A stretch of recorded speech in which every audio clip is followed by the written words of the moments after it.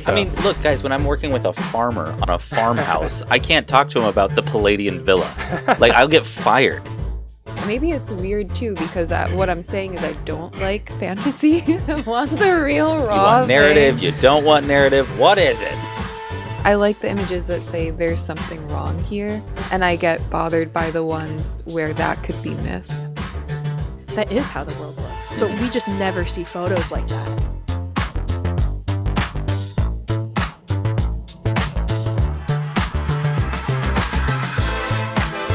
Welcome back to Mixed Signals, everybody. Today we're recording on a Friday, and that feels weird to me. Does that not feel weird to anybody else? My name is Waleed. I think we need to do introductions. Thank you, Waleed. I appreciate that. My name is Caleb. Christiana. No, this feels so weird. We're not doing this again. Weird. Anyway. But does nobody else feel like it's weird to record on a Friday? I feel like my headspace is very different. I don't know. I'm barely alive right now. Barely. Oh, so you said you didn't like. I mean, I like it because I actually got to sit down and like think a little bit more. I'm more mixed signals than usual. Let's just say that. Why is that? No, I don't know. At the end of the week, it's weird. Let's go in. Let's jump into culprits. Okay. Let's do it. So it's a little bit different. Okay. These are pulled from the NOMA BGL competition. Oh yeah, I can. I actually don't know that everyone would know what NOMAS is. It's another professional organization like AIS, but formed specifically for minority voices in architecture that have often been excluded. Oh yeah, I can. Like, I mean, most people actually may not know that. So for those listening that don't know what this NOMAS and NOMA is, so NOMA, which is the parent organization, is the National Organization of Minority Architects, which spans the, I believe it's only in the United States. Canada as well? I think so. I should know haven't that. seen too much from Canada, but it's a professional organization that spans the entirety of the United States, which champions diversity. But then we have the student chapters for whatever schools have them. I know there's over 40 plus schools that do it, but NOMAS is the National Organization of Minority Architecture Students. And NOMA does a lot to kind of assist chapters in doing things like this. And What does BGL stand for? so Barbara G. Laurie. Yes, I can give a bit of explanation. And let me also give context that, Nihar, you're our president of our chapter of NOMAS. For how many years now? Since last year. Do you like not talking into the mic?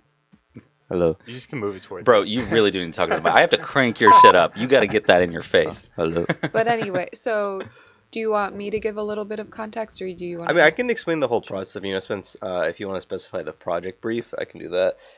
So every year, NOMA holds the NOMA BGL Student Design Competition, which is the Barbara G. Laurie Student Design Competition, where every year they choose a different location around the U.S. that has historically, I'm going to say, preyed upon area in the U.S. So last year, which these projects are focusing on, the project was called A Tale of Two Cities, which focused on either Kansas City, Missouri, or Kansas City, Kansas. And I'll let Christiana talk a bit more about the project brief itself. But students are given from the start of January, and last year they changed the format, so we only had 6 months to design it. But this really focuses it forces the students to kind of in that short span think about multi-generational design, how we're designing for communities, which community we're designing for, understanding the history. So with the teams, usually it's up to the students to or the schools to figure out how they want to do it.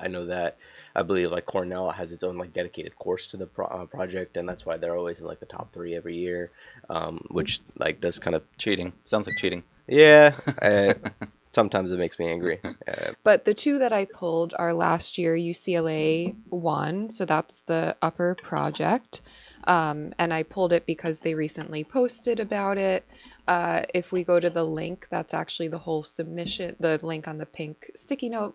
Well, let's talk about. I mean, can we dive into the first one, because I definitely see some Kutan traces, but yeah, definitely a light hand there. I just think it's interesting. There definitely is some a little bit of Young and Ayada flavor to it. But yeah, it is huge. It's a massive project. It looks like there's a residential component, or am I crazy? Because it seemed like okay, yeah, there's a residential component. It was multi-generational housing with a community center, and some added programs in between, but. The teams had to decide whether they want to design in Kansas City or in Missouri, whichever one they chose. So I think I think this one was in the. I want to say it's in the Missouri site because we chose the Kansas City site. I think something that appears for me, seeing these projects in person and then looking more closely at them here too, is there's like a pretty realism, or like this is like a weird in between an ideas competition and like actual construction, like we could actually build. And I think that makes it a really difficult project because you'll see, I think I in the PDFs, but with the UCLA, like they're having these material construction diagrams, but it's also kind of like a gestural diagrammatic project. And so I feel like the ask is a lot because it's like be fun and playful as a building form and kind of urban gesture, but also like actually make it in a wall section. I think it's a little hard to contextualize because I'm not going to be able to quickly point to like, maybe a voice of the critic that's kind of driving it, which is okay. But it is tough because the intention might be a little bit unclear. I think the cool thing about this, though, is seeing how a team, like, I know it's super hard to do a group project like this. Like, how do you even, and maybe this is a question for Nihar, but I don't even know how you negotiate with that many authors because you can't really have too much of a fingerprint on the design. You kind of have to work off of, like, group consensus. So, I don't know. Is that a struggle? I mean, yeah, that's definitely something we changed up this year in terms of hierarchy. Like Christian and I had a lengthy conversation. I've been taking notes since last year, and like this year we changed it to like instead of just having our like URP members like 8 people like working at once, we kind of structured it so we had like 3 leaders. It's like I'm more like an administrative role where I'm just kind of like making sure everything's ran on schedule and people update on things. But then we have Jeremy, who's the vice president of NOMAS, and Emily Zhang, who's the secretary. Both amazing designers, and they're leading the project. And then we have the URP members. So those are the leaders, but like the 3 at the top kind of like the middle ones to make that final decision. So almost like a kind of like a firm You have structure. to make a little office to do this project. That is really interesting. But that also might contribute to some of the language because it does feel a little bit, not, I wouldn't say corporate, but like it feels a little bit like consensus driven design, which it makes sense. And it's a good skill for NOMAS to have their groups do this competition. I think that's awesome. It's better than if they had just done maybe an individual call for like ideas, and But yeah, you hit the nail. I've also wondered, and that's kind of why I wanted to bring it to the table. Also, well, one, talking about competition culture, big group project kind of work, but also design by consensus and how that does come out to me. So actually, when I'm sitting and listening to all of these projects be presented, like, oh, you could have dug deeper into one or more of the storylines or the things that you can see are becoming an obsession. But I think, again, because it's groupthink and there's so much program and whatever to manage, it gets kind of distilled down to a single move at times. They're also like super limited on presentation time. It's like 4 slides and 5 minutes, and then they're cut off. And yeah. I point at one just nice moment in Project 1, if you don't mind, Maggie, going to the board. This model actually is really nice, and it made me think that this project kind of stands out because I feel like it really is tinkering with a lot of contemporary design trends, and maybe this is just UCLA's sort of flavor like poking through, but I really like the like multiple volumes being tied together through that like paving figure on the roof, and then like even if you see below, they have almost these little balcony like pop out. So there's a lot of it is a formal project. It's not without like some craft in the form. I think that's really exciting to see. I mean, I'm sure that's really hard to do again as a group. I don't know how you even do this without having somebody driving the form. All right. Am I supposed to speak now? You're being oddly quiet and no. It's because I don't know. We're approaching this really weird, as if it's any other project. I'm totally fine to analyze this as a formal project. It is a very formal project. Both of them that we have here are very formal projects. I think it's the issue with like, if they were presenting in front of us, I have to take their word. I have to kind of consider certain things that's written on the board. But in a cold crit, like the way I perceive it is, I'm just looking at the stuff. And what I see is what I see. It's visual imagery. When it lives on the internet, as it will forever, that's all it is. We could talk about the competition and kind of its context to affect it. I think maybe everything that's on the Moreau board explains the project to me in the way that I should understand it. One, it's urban. It's got these curved moves. I mean, one thing that stands out immediately is the curves. The curved corners, not even the plan, the curved corners one of kind of the signature moves. I just saw the brick. I'm like, oh, this is Kutan immediately. And the kind of curved corner. The idea, if you kind of look in, can you zoom in on that image? Well, I guess you don't need to. But what's happening is there's a large corner that you can enter underneath, and that's curved, right? The volume right underneath is also curved. That leads you up to a stair. There's a volume next to it, to the left side of it, and like a large corner. It's also curved. So this idea of curved, kind of opening up the corner, turning the corner, might be, I don't know, understood as unification, circulation. To me, I understand it as like a community building in a way. You see that on the roof as well. That combats kind of the traditional orthogonal form figure ground that they kind of show in their diagrams. So you're understanding it as literally replacing the block from Google Earth, right? The idea of there's multiple blocks within the one block, and everything deals with this curve. And I think that as a theme kind of all the way through is actually quite nice. And so I like that. And so in the roof plan, like what is the curve doing? Well, it's creating different paths. It's also creating zones like poche where you can kind of like rest on. I'm assuming you kind of just sit on this stuff. It kind of reminds me of Shop's Pier project in New York City, where there's kind of sets of, or like zones of lawns where you can kind of just sit on. So that's kind of nice. It's embedding program within the poche and how I read it. But yeah, I mean, I think they did a really good job of studying the urban blocks and then kind of using those as figure to embed an urban idea. So I think in that sense, it's very strong. Now, in terms of the other project that we're looking at, if we want to compare them, I'm gonna be honest, that I have to look at slightly different. It's lacking the urban moves that the other one's doing, but clearly there's something else going on in terms of maybe it's formal identity, but maybe it's also the inside of the building. We haven't even talked about what the building is. I'm just talking about the urban moves. And so the other one is very strong when it comes to urban moves. And it has this idea of a formal move dealing with kind of urban circulation, urban thresholds and boundaries. So in that sense, it does a really good job at it. You know what this one reminds me of a little bit is the RUR project in Taiwan, the performance center, where it has the three bodies kind of organizing the urban space around it. You're talking about the third place project? Yeah, I'm talking about the second project, the third place. Yes. Yeah. Thanks for looking that up, Maggie. It's on. Yeah, it's that one exactly, the shell one.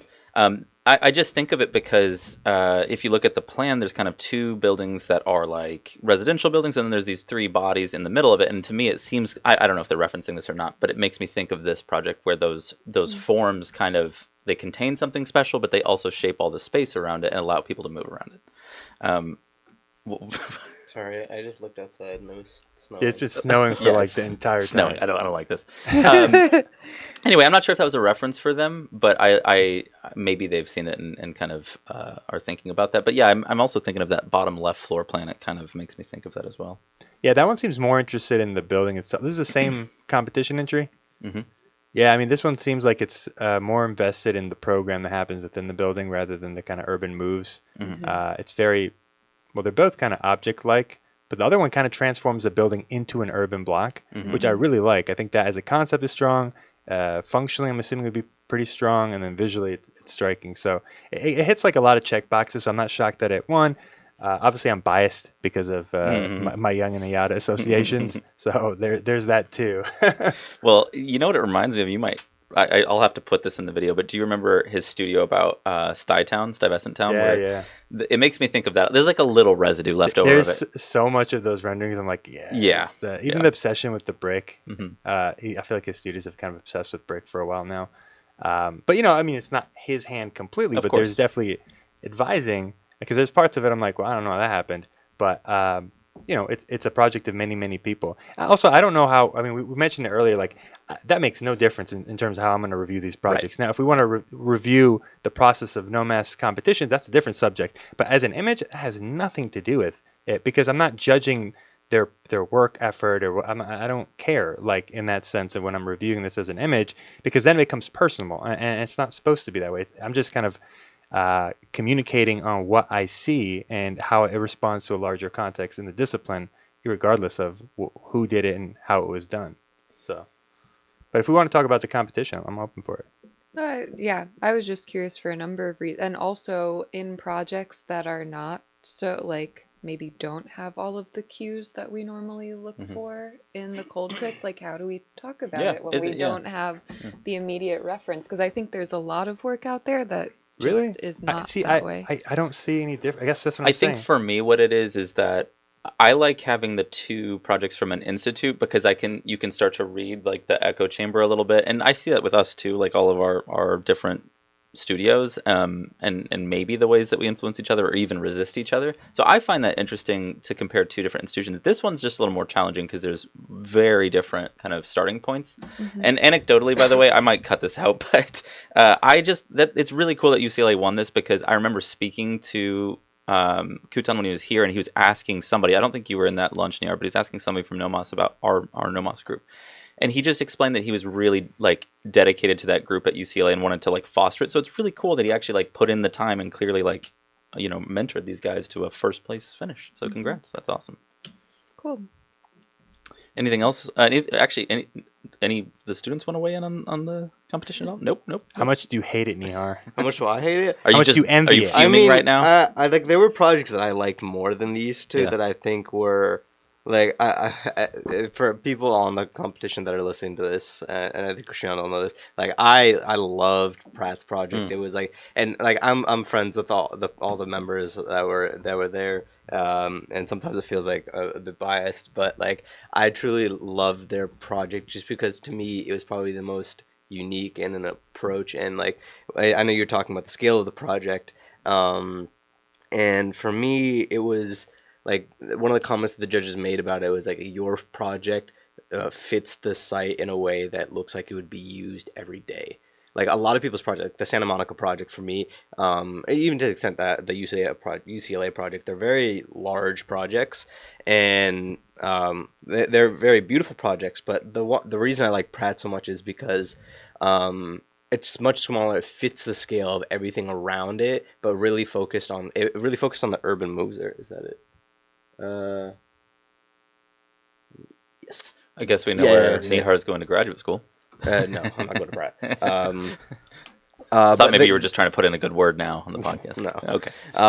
Yeah, but I like their project to me. It fit the scale of the site. It was something that wasn't really like a big hulking mass. That was really imposing. That was making all these big, large, like urban gestural moves. To me, it was more focused on like really weaving in that aspect of the community and the pulling in the information around it into like the details and the parameters of the actual project. I mean, it's interesting you say that. Like, I look at that project, and it's an assembly of multiple volumes, like familiar box volumes that are scattered around. I don't know if you can interweave between them, inside them, or like there's like a courtyard, or you just have to walk outside of it. I feel like it's less inviting and less community than the UCLA project. So, and also that one has multiple levels that you're interacting with at the UCLA project, where this one, it looks like there's a green roof, so there's that aspect too, but they're all disconnected from one another. So I don't know, like, I guess I don't know. I haven't seen the full project, but from what you're seeing, like, what about it is tying in the community that's maybe stronger or more powerful than the UCLA project? I think for me, it's different for me because I was also like I was there at their presentation. Yeah. But what I noticed about them versus I don't think I was there for the UCLA presentation. But what I appreciate and what I've been pushing for our competition is really like a push to tie in the culture and the rich history of the community around, not in just terms of like architectural form or materiality, but like the real cultural aspects. Like, I remember one of the projects was talking about, it might have been the Santa Monica project, but was talking about one of their programs being like a Hispanic cultural like teaching center, which I thought was like really, really powerful because the Kansas City, Kansas site was really rich in Hispanic culture. And so the Pratt's project was really like rooted in that kind of like food aspect of it. And their whole thing was really about creating a campus that was being to blend all these cultures together. And it was a way that I hadn't seen any other project doing it. I like what you were saying. And I guess this is a question for everybody. It's like, that has nothing to do with architecture. That's I was programmed. gonna ask has- if that bothered you guys. But that is very important, and a lot of architects lean that way. But certain people, like myself, may focus strictly on the architectural building side of it, and the question might be why? Why are you ignoring the other part? Is because like I don't know, Aldo Rossi taught us that Rome changed 10,000 times, and doesn't matter if it's a church or not, it would get misused and changed. So at the end of the day, architecture is a lot more permanent than the history that you're referencing. It's pulling out the urban artifact, guys, from Aldo Rossi. And I'm not like saying that you're wrong or anything like that. I understand it. I guess why people have different perspectives on this, and like, how do you even judge an urban project that has such a long-lasting effect? I mean, there's many examples in South America with good intentions where people come in to build housing blocks, then they get abandoned because policy cannot support the intentions that the architect's idealization was trying to push forward. And it becomes many things. Sometimes they become malls. Sometimes they become just abandoned blocks. Sometimes they become like raceways. Like, they can become many things. And it's important to say, like, yeah, the narrative matters, but then also the substance itself, anything can fail. But like, that's maybe why I would kind of like push back and say, well, that's all nice and grand, but how do you execute that without policy and kind of funding? Like, at the end of the day, program is just a myth. You know what, though, man? Hearing Nihar talk about this, like, I actually really respect this competition a lot more than I did coming in, because I agree with everything you said. I feel like it would be really hard to be actually a juror here and not like be like, this seems a little whatever.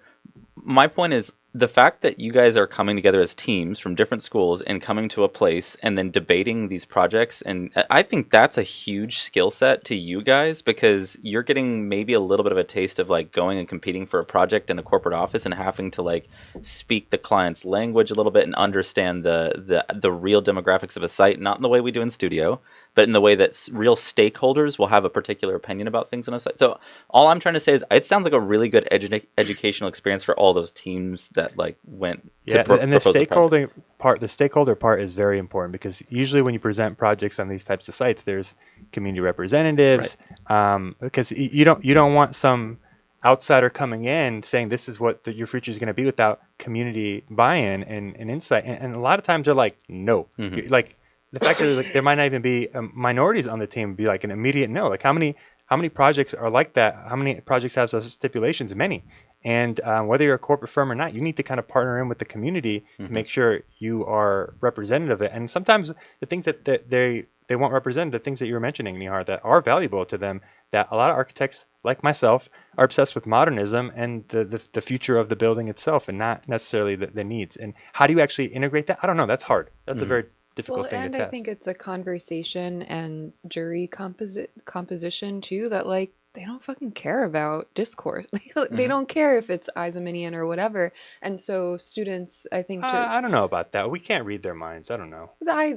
I do not think a number of these people either know or care about any architectural discourse, and that's who it's being presented to. There are a handful of NOMA, but as I said, there's like local developers, local shop owners. So you can learn everything you want in studio about whatever project of whoever you want, and in this case it doesn't matter. But that's reality for all projects. That's like, great. I mean, like OMA has to do the same thing. Yeah, you got to talk to people who are not architects. SOM has to do the same thing. Like, you don't think they have the bias thing? And like, it's like you said, when you speak the corporate talk, you have to kind of like sell it. I always used to like sneak in my ideas without even telling my principals, because I'm like, I need to get in. I can't tell you. I just have to sneak it in. So. I mean, look, guys, when I'm working with a farmer on a farmhouse, I can't talk to him about the Palladian villa. Like, I'll get fired. You have to talk in a different way. So this is a good skill. I think this is awesome to see, actually, that you guys are doing this. I mean, Nihar, you're ready to take over SOM like I always thought you would. You're ready to go. This has been 30 minutes of 30 minutes. We got to move on. Okay. Let's go to polls. Thank you, though, Christiana. That was actually a different flavor, but I wondered how a much it would frustrate you. Slightly. Allie's got It's a something. lukewarm crit. That's what it is. Let's do the polls, man. We got some fun ones. Fun ones. I don't know if they're fun. Well, the anti-render one's fun. Let's go there first. Why does Christiana look like that in that picture? Well, she's upset because it did this to her rendering. I like the anti-render much better than... I have a writing on this. It's interesting because this actually it did even out a little bit at the end, but for a while it was literally like 100% anti-render. But we asked everybody, obviously, if you're looking at this Zaha rendering, stole a beautiful rendering of a Zaha project, put it through the tool, and we asked people, which do you prefer, the idealized render and the anti-render? 66%, 2/3 of people prefer the anti-render. Isn't that interesting?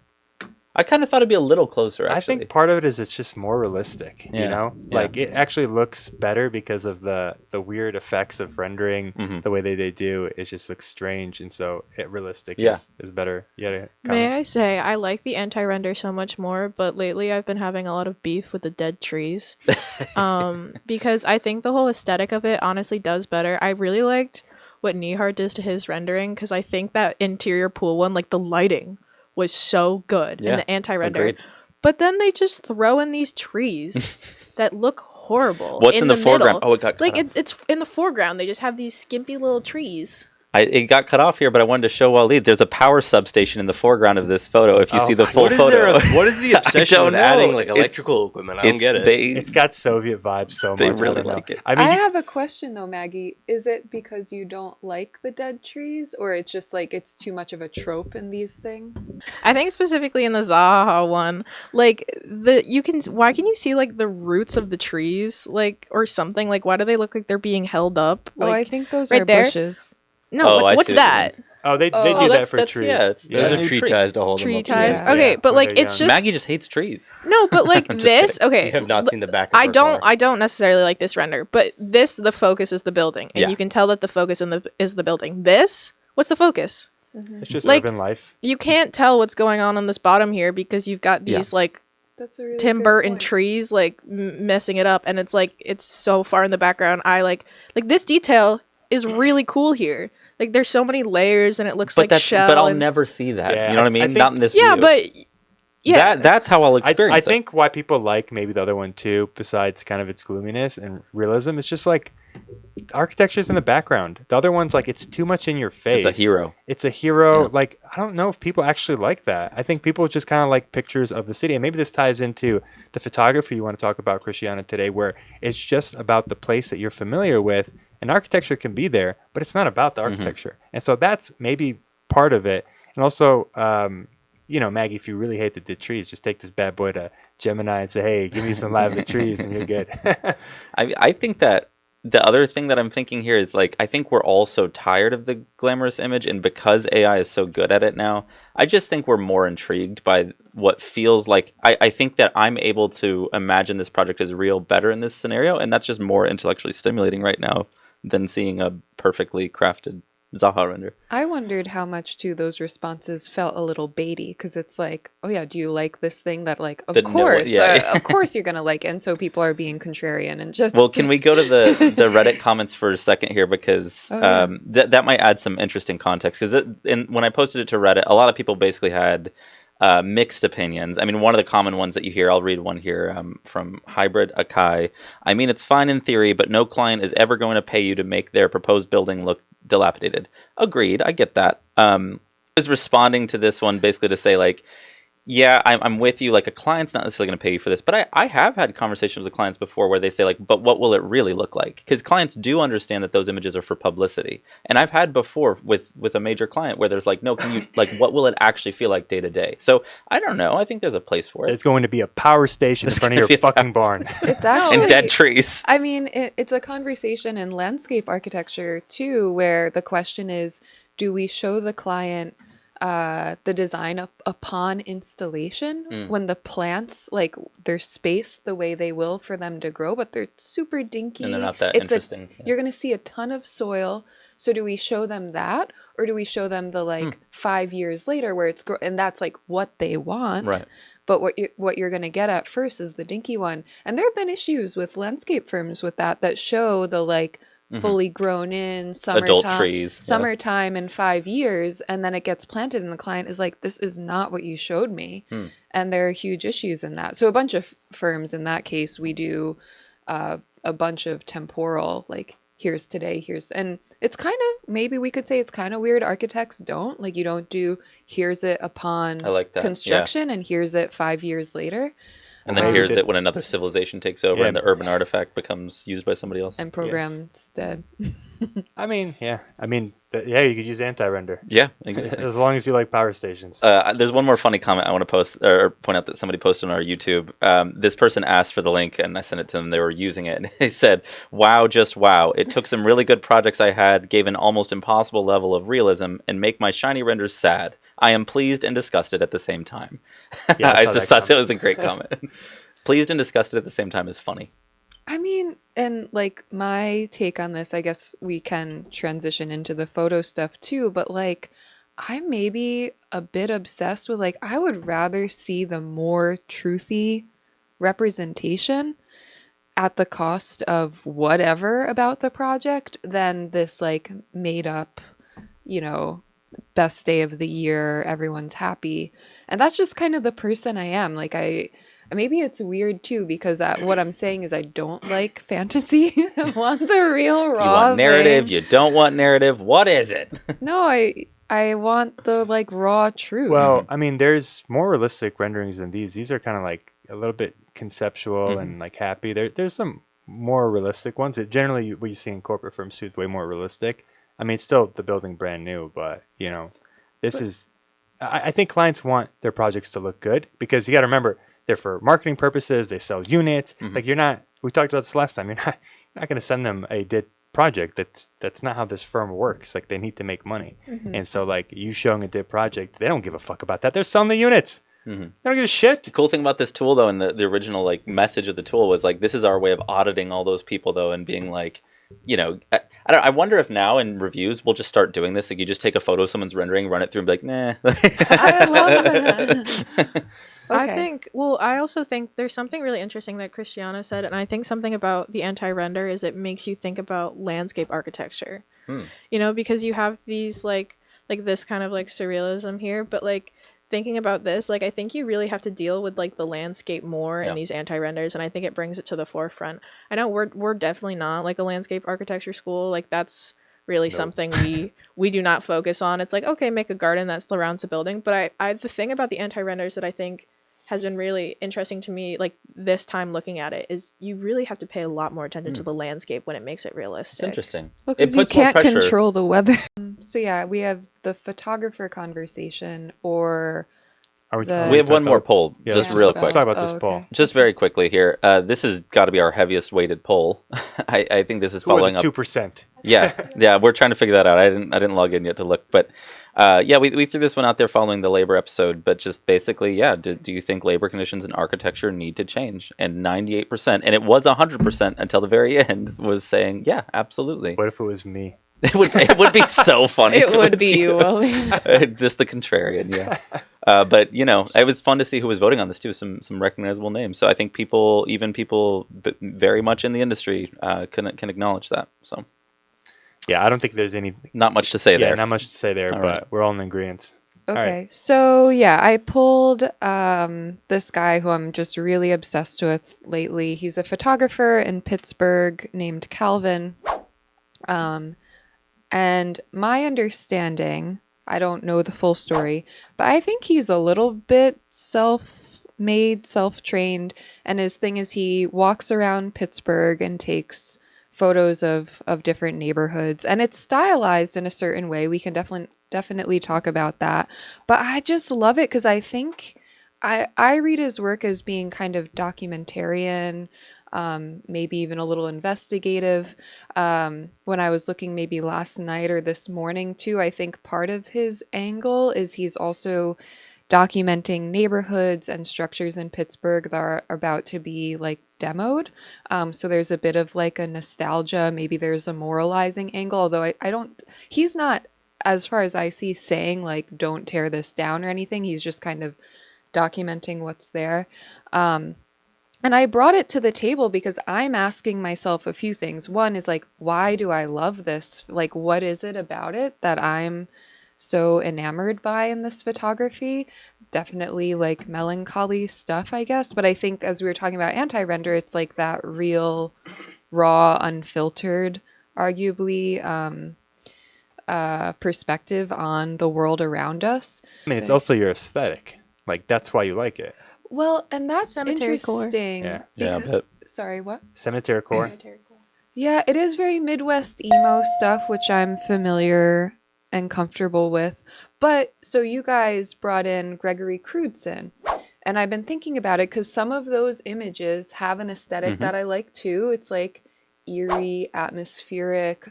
But his images bother me because they're so staged and editorial. And that's where I want to set up this distinction where as I mentioned, I read Calvin's work as more documentarian, investigative. And he's not like, I don't think there's one image with a car in it. I don't think he told someone, it would be interesting to ask him. I don't think he told someone like drive at this speed. I'm going to do the picture now.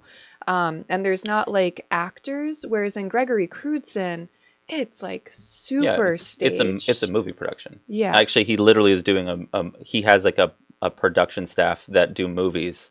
It's his work is often described as a movie in a single image. So yeah, they are different on opposite ends of the spectrum. But let me ask you, like, what is the authenticity or the non-altered authenticity give you? I'm not. By the way, I don't think we should compare these one versus one. But I'm asking, like, why does that spectrum interest you, and then the other one doesn't? Yeah, I don't know. I'm trying to figure that out. I think. Is it just because he's a Yinzer? Do you know what does that is? mean? Oh, a Pittsburgh Yeah, person? just kidding. For those that don't know, shout out Pittsburgh people. They're called I have Yinzers. no Yeah, idea. Yinzers, That's yeah. crazy. It is I crazy. thought they're called Steelers. I mean, maybe you can't answer that, but I think I put up Crewdson here because I wanted to have this conversation about realism and fantasy. My thought here is that he's using almost like excessive realism in a way, or like borrowing something that is realistic to make fantasy. Absolutely. And my personal argument, I mean, I threw even Piranesi above him on the board there, was that this is like a constant dialectic in our profession, is like learning, documenting and learning through documenting, or through like carefully drawing, modeling, photographing something, and then producing fantasy from the realism that you learned in that process. So like famously, Piranesi was part of the documentation process for the Noli map, for those that don't know. So he spent all his time drawing realistic scenes of ancient Rome. And that led up to his life's work of this like fantastical, otherworldly collage of those real things. So anyway, I'm just interested though, like what about your taste would make you appreciate the raw and documented more? Is it just because you have access to something that you wouldn't otherwise, or like it's? No, I think maybe the way I was thinking about it the other day is like, oh right, because my other like question to this is, would someone, well, certainly someone who's not me, but someone who's not like an artist or creatively inclined, like some of my family members, would they like the Calvin photos? And I can almost hear maybe my mom being like, no, like I would never put a picture of that up in my house. Did you Now that read the is comments? Did you read the comments of the photos? I think you posted one today with deer, Christiana. Which one was that? Let's do that one. in his stories. No, it was Maggie was just looking at them. I think it might be this yeah, one. this one. Yeah, so let's look at some of the comments. I mean, some of them are clearly they're artists that has art in their names with the tag. Some of them are photographers. One person said clearly I forget what it says, like a good eye and clearly you're well read. I could see it. And so there's something deeper in these things that attract maybe more educated or knowledgeable people of the subject matter, which I would probably throw you in the mix of more educated in kind of the arts. And so what we appreciate as maybe artists and designers, the general public doesn't, right? Does it give us like a stimulus of like, this is beautiful? Absolutely. But then what makes it, like, I think if you were to kind of show them the highly produced movie set image, they'd probably like that more because it relates to maybe the fantasy side that they like more, maybe not, depends on the person. You said the documentation part you liked a lot, which to me that's weird because it's not really a documentation of what I would think is a documentation when I think of like Vice News and like CNN, even CNN's documentation. There's a lack of people. It's about the buildings and the kind of the didness, which isn't real. Like maybe at a certain time of the day it is. It isn't. So this is highly I walk constructed. around at night, No. this is very I walk real. around a lot at night, and it's not this did. This is highly This is selective. Pittsburgh. Yeah, it's selective. Like at the end of the day, it's always selective, right? And so it's producing, because you produce a lot of images in a row and you show this series. It's like Pittsburgh doesn't have people. That's how you perceive the world. Some of through these this neighborhoods are pretty empty though. But sure, Waleed. Yeah. I mean, okay, is it zero? No, of course. I mean, there's a car. Right? There's deer. They're purposely leaving out people. Like there's a car. There's a person. That's the only time you see a person. And so I think that's on purpose. And I'm not saying that Maybe. it's I'm not saying it's not edited. Well, is Right. there any images of people on anything that he posts? Well, that might be a different topic. That some photographers like have categories there of like there are people that focus on people and people that like really seek to get empty images, right? Like there's a whole group of photographers Right, that but do I this guess kind if of work. the documentation, there's one person. person. I guess if you're documenting, like, what are we documenting? The deadness of I something. guess the urban And then condition. Then it but it presents itself a false narrative of what this place actually is when you always present it empty. I mean, like, look, some of those These are so quiet. Yeah, that's what someone says. Yeah, I don't know. Like, it's not as innocent or pure as you're describing it. I know where you're coming from, but again, as a contrarian, I need to kind of present the idea that this is staged. Maybe it's not hundreds of thousands of dollars, but it's staged to present a world in a different way, and that's what's powerful about it. That's what I like about it. But it's not as honest as those deer. They were paid actors. No, I see what I appreciate that. Yeah, I mean, he is looking for and capturing the still and eerie. Yeah. But anyway, I think part of me is like, I feel that these type of images are either people just like don't see that this is a part of the reality because there's some kind of like idealized view of like kind of turning away from the grunge and the back alley, or I think it can be villainized where people see the like waste and decay and they don't like it, and so it's a rejection. But I'm neither of those camps. I'm like, yeah, that's what I want to see. To me, there's like, can I offer a something more in there. upsetting take then? That, Yeah, sure. You might not like. Can you go That's to the fine. board for a second, Maggie, and go just below? And actually, I don't necessarily believe this, but I want to throw it out there. Go below to the left, just slightly to the left. I posted 2 images there. These are definitely in the same flavor of what you're describing. How do you receive these images? Just give me a little bit of like a it's thought. sunny here. Just take a look at that. What do you think? What's your feeling about it? Let's see. Like, do you find that these would live in that same category, Christiana? Like these kind of images. The left one They- looks like an anti-render. Kind of, they look like they're a little more about like the light one is like a spectacular event, like a specific moment. They look a little more staged. I don't know, I like the left Staged? one a lot Really? though. I mean, they're composed.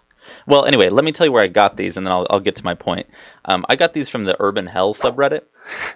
There is a particular class of entertainment that's like it's like vacationing to a shitty place, and I Yeah. have a feeling that this lives in that category a little bit. Like, there's a little bit of that, like, sort of despair core sort of thing I was talking about, where it's like we kind of like to sit in our comfortable homes, scrolling on our phone and looking at something that is a little bit uncomfortable. Like, I think it's part of our animal brain of just being like, well, that's not my life, but Yeah. Well, there's a little bit of that in these photos. no, because I did wonder, like, is this kind of ruin porn? That's what I'm stuff? thinking But a little bit. What?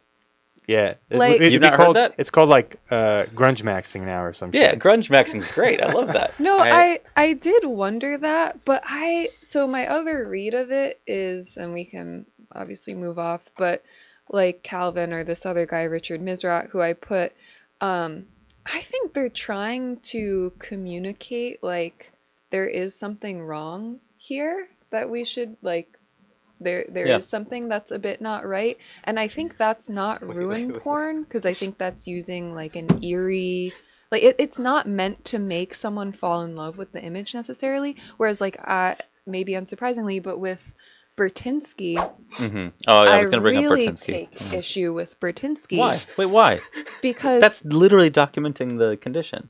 Can we? I don't know who I this think- person is. Can I we? think- Yeah, let's look at I Edward think- Bertinsky. I think Bertinsky is aestheticizing harm. Wait. What's the difference? I don't understand. Because I think with Calvin and Misra, they're documenting it, but they're not. I don't think there's an argument in those images about like fall in love with decay. I think you can read it as that, but I think there's a degree of like there's something wrong here. Whereas I think Bertinsky is like, oh, look at all this bad stuff we've done. Isn't it beautiful? And I find that I think problematic. I don't think that's true at all. I think you're saying that because he's a successful artist. No, I think I- if Calvin became a world-renowned photographer, you might say the same thing about him. No, I don't think Because so. if you hear Bertinsky talk, he's not praising these conditions. He's going to document the extremities of the Anthropocene. I get That's that, his goal. but I kind of also don't care what he says. I think it comes off as aestheticizing harm. But how is the other one not aestheticizing harm? Then sorry, I I can't think speak. it's pointing to there being issues but I don't. You don't think Bertinsky showing the oil fields are pointing to issues like Well, a let me global throw issue? another one in the mix. We've showed this before. What about the Cedric Dussault Star Wars? Can you just? It's on the mural board. I placed it. Just scroll to the right, bottom. There we go. Okay, so this is a decayed world. These are parts of Ruin Dubai, porn. and you're just you're lighting up the mood a little bit by putting these Star Wars droids and shit in it. Nihar, what do you think? Like, I mean, definitely different vibes. Look, at the end of the day, the backdrop exists, and what you do with that backdrop is artistic control, right? And everyone has different aesthetics, and like, again, I'm not going to knock you for liking what you like. You like what you like. We all kind of fall under these subgenres, and that's what's nice about art, and that's what's nice about visual culture is what we talk about. And would I put these in my house? Absolutely. Would my mom like it? I think so. I think Really? she would. Yeah, absolutely. She thinks it's cute. That's little awesome. droids and the little fucking robots over there with the abandoned. Well, they're both abandoned cars with robots, so I don't know what I'm talking about. But I don't know. Nihar, Maggie, what's your thoughts? I think it looks like they came back from a hard day. I know, right? It looks like they just had like a run-in with Obi-Wan Kenobi, and they're like kind of upset. They're like going out for a drink, and they're cut off just my like, arm, man. yeah. Anyway, Yeah, we could. I don't know. But for me, like the Mizraat too, it's like I like the images that say there's something wrong here, and I get bothered by the ones where that could be missed. I mean, I'm so uneducated. I look at the Mizraf. Was that? Bertinsky's the other guy. Oh, we're just I don't know. It kind of all looks the fucking same. I'm not educated enough to make the distinction. I mean, look, let me defend Christian's point for 1 second though, because Bertinsky is a different like category. This guy's traveling all over the world. He's going to like the biggest dam in China to document that thing. But I mean, yeah, he's become like a famous, wealthy artist doing this. But I think my personal feeling is I found it really hard for us to judge his intentions in that and say like, well, that his intentions are not good because of the scale of his I'm not work. saying it's the impact. I don't know what his intent. I think his intentions are probably to reveal harm, but the way that it's stylized makes it like sublime and put us in awe of these things. And there's also like Mizrak and Bertinsky, I would say, are probably similar in terms of fame and everything. But Mizrak, he puts documentary like notes and everything with his photographs. He's documenting like Cancer Alley in the US and toxic sites, and then he's writing about also what's there. Well, but Bertinsky's produced full films about the things that he's documented. I mean, that I feel like that has an impact. Like people are seeing the ecological. I mean, some people will learn about ecological things, like real serious harms, just from that film. You know what I mean? Yeah, I don't know. I'm just irked by some of his we stuff. need the soundboard back because man, today we've been ranting, and We have Maggie, been. you're pretty good at just like switching the scene up. So You don't know how many times I've wanted to just like bleep. you got. Did I cuss that much? I don't know. You had Christiana some. did. Oh, Cristiano with the rare. Oh, you were mad. Definitely. Let's see what you were posting something. You were showing us something, Maggie. Do you want to show us that? What is that? What is this? I was just showing you guys my TikTok feed. I Oh. love this. This is called Despair Core. yeah. Nice. Can we read the second And comment? we I need a we fork. just we really like the comments, especially. It's really depressing. Yeah, like Life feels empty now. Can someone be my friend? Oh my god. What are the replies? Just shitting on them. Hi. Oh. Aw. But see, like people are like, "Oh, this is depressing." I find comfort in it because it's not trying to parade. I mean, okay, we could argue that, but it's not being like Why are there three comments in a row bubblegum that just say perfection. real? 4, 5. I don't know. I get uncomfortable real, with real. anger, sadness. That's hilarious. That reminds me. Like, is this just someone started a trend and they're just all training on real? Yeah. I've done that before in like video game lobbies. Like me and my brother just used to like spam lemon, and we just get a whole like lemon gang, just like lemon, and be like, "Why the fuck are people putting lemon?" I'm just like, lemon. It was just funny. So this is like, I love this. God, and Let's it's so go good. to a fun section thing then. Waleed, you're still such a child. I love it. Actually, so Maggie, why do What? you like that? Like, ironically, you like it, or you genuinely This is like why I it? said Maggie's just Cristiano 2.0.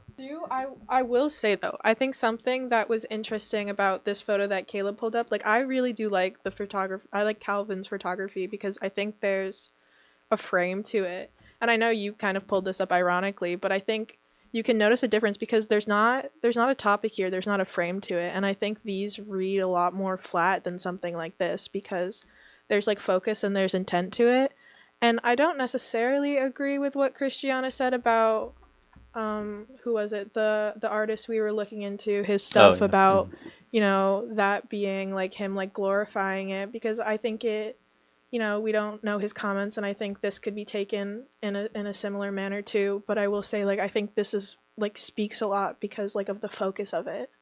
I think is it's really not kind of interesting. editorial, which I like. Yeah, no, it's very real. And I think it's also like we're in such a digital age where I think the way that things are usually posted on social media, they don't look like this. They look a lot more glorified. Mhm. But then it actually is like I was looking through his posts, and like that is how the world looks. But Mhm. we just never see photos like that. Well, let And me, so People I think refuse that It's the anti-render conversation again. It's the anti-render conversation. Yeah. I think that's really cool because like I was looking at these and I was disassociating a little bit and being like, wow, this is ugly. This is like an old rundown building. But I'm like, wait, that's my house. You know, like you Yeah. see the similarities. Can we look at the volume thing? Yeah, okay, let's what's do the the volume volume thing? thing first. The blue that one one, down yeah, there. that one. Yeah, it's This so has nothing annoying. to do with architecture or design, Yeah, but I it's thought just- it's like Nihar needs his treats. Yeah. This is his treats. I put this one. It's the most annoying. That's really fun. volume control. It's a contest. I love guess. Oh, that's awesome. Now this That's is the really internet. good. This is what the internet was made for. Oh my god, it's so annoying. Oh my god. What is this? Oh.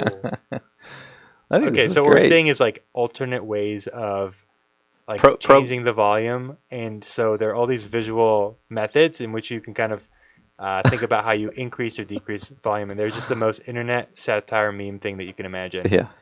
Also, like it takes me back to like the Flash days. Like Oh, the yeah, internet was yeah, run on yeah. Flash.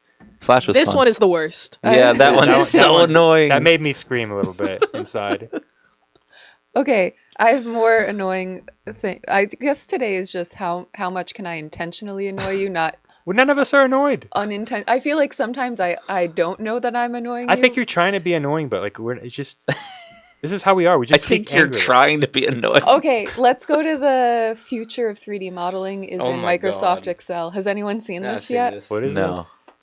this? He even did perspectives. So when Excel stream, never, ever, never. Anyway, Nicarda. Yeah, I what just he couldn't said. wait for this to. I still piss don't you off. understand. Like, how? Skill. It's putting images into Excel. Oh, he's and putting then- images, and okay. and well shapes, and then he's adding like Got it. Okay. dimensions. Okay, now I understand. Please don't get any ideas for studio. I mean, this is the future of digital. You guys can only use constructs Excel for your final renderings. Dude, that's some shout, dude. That Anyway. is what you would do. I know. You're giving me ideas, man. I don't know. I'm done. I'm so happy. By the I hope I teach in a few FP. years, he's gonna have Microsoft Paint open. I and have it. I hope I'm Oh teaching my thesis God. next year, and I get you, Maggie. No. Oh my Plans god, Microsoft it's Paint. game over. Pixel by pixel. It's the ultimate voxel studio. Yeah, we got to wrap up anyway. Why don't? Yeah, let's. It's a very debatey. Yeah. episode. Wow. I feel like there's we got levels into to it. Christiana's brain a little bit more, though. Interesting. Everything Despair we core. talk about is super. I wish I obscure. heard Nihar's voice more in the episode. He wasn't angry enough. He was 3D modeling. Okay, good for him. All right. Somebody's All right. got to say goodbye. All right, everybody. Thanks for episode. See you next time. Bye.